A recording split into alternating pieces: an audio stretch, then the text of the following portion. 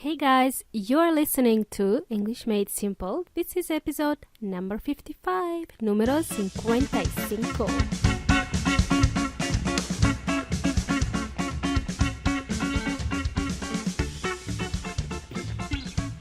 Hola muchachos, Milena here from EnglishMadeSimple.net. What's up? How's it going? How's your week going so far? Interesting. Muy interesante. I'm glad to hear you're doing well. That's cool. So, I'm here with my friend from Spain. My friend from Spain, Añares. Tempranillo from Spain says hello. Okay, guys. Welcome to English Made Simple, amigos, where we learn to speak English with confidence. And you've just met my friend Añares from Bodegas or Lara. That's actually wine from Spain, okay? I'm allowed. I suggest you grab an energy drink or a cup of coffee, not wine. Grab a cup of coffee because this episode will blow your mind. It's going to blow your socks off. You will have to stay alert during this episode. I will cover some heavy stuff. You know, call me a nerd or whatever. So, here we go. Lots of grammar to cover. Time to learn something new. Radio, you know how I mentioned stative verbs in the past episode number 54? And I mentioned what it was, and let me just remind you. Stative verbs are verbs that express a state rather than an action. When I say state, I mean a condition. They are not used in the continuous form, even when we talk about temporary situations or what we are doing right now. So these verbs are known as static, that's another word, and they don't change their form. There is no obvious action. There is no ing form, okay? There is no continuous form for these verbs. And guess what? They are mostly in present simple tense, okay? So I want to make it easy for you guys. Stative verbs can be classified into 4 groups, into 4 categories. It will be easy for you to remember if I just break it down into 4 categories. So, we use stative verbs when we want to show opinion or thoughts. For example, verbs like to believe, to understand, to know.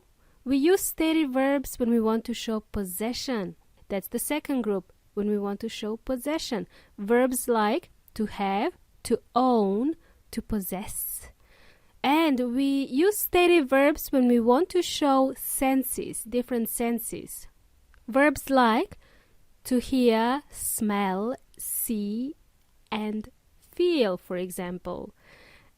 And lastly, the 4th category, we use stative verbs when we want to show emotion. Verbs like to love, to like, to hate, to want, and to need. Remember in the last episode, I used that example from McDonald's. I'm loving it. You know, you're welcome to use that slogan for English Made Simple. You can also say, I'm loving it. I'm loving English Made Simple. I don't mind. You can use that. Anyway, let's continue. So that was stative verbs.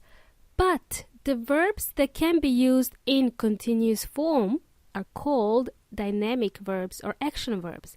These verbs have a duration and they occur over time. They describe an activity. So this is opposite of stative verbs. They're called dynamic verbs or action verbs. Whew, are we doing well so far? Have another sip of that coffee because we are going to continue. And guys, there are also some verbs that can be either dynamic or stative, depending on their meaning and context in the sentence. So, some verbs can be both dynamic and stative, just to confuse us even more. In the next episode, number 56, I want to explain more about dynamic verbs. I will use more examples and hopefully that will help you understand a little bit better. So, in this episode, I just want to quickly introduce you to 2 verbs that can be both dynamic and stative. Yes, guys, the verbs can be both dynamic and stative. You can use it in both forms. Pay attention because the meaning is completely different, okay? If we use one in dynamic and one in stative form, the meaning will change, okay? Let's see if I can explain this in 5 minutes or less, because maybe this episode goes a little bit over 5 minutes, because I love to talk. So, guys, here's some examples. Examples of verbs that can be either dynamic or stative. Verbs like to think, to hear, to have, and to see. I'm going to give you some examples. I'll give you 2 examples. I'll use the verb to think and to hear. And let's see if you can spot the difference in the meaning. So, in the first example, to think. In the stative form, we use to think to give an opinion. Okay, so here's an example. I think people should stop watching TV. There's a lot of rubbish on TV. So that's my opinion. I think people should stop watching TV. There's a lot of rubbish on TV. Rubbish, basura. In this case, the word think is used to give an opinion on something. Now, the same verb can be used in a dynamic form, but it has a different meaning. Okay? Here's the example, using the verb think. I'm thinking about buying a new phone. I am thinking about buying a new phone. In this case, think has a different meaning. It's an action. I'm describing a process. I am planning something, but I'm not sure if I should buy the phone or not. I'm thinking about it. I'm just thinking about it. I'm not giving my opinion. I'm just thinking about something, okay? It's a process. Now, next word to hear can either be stative or dynamic.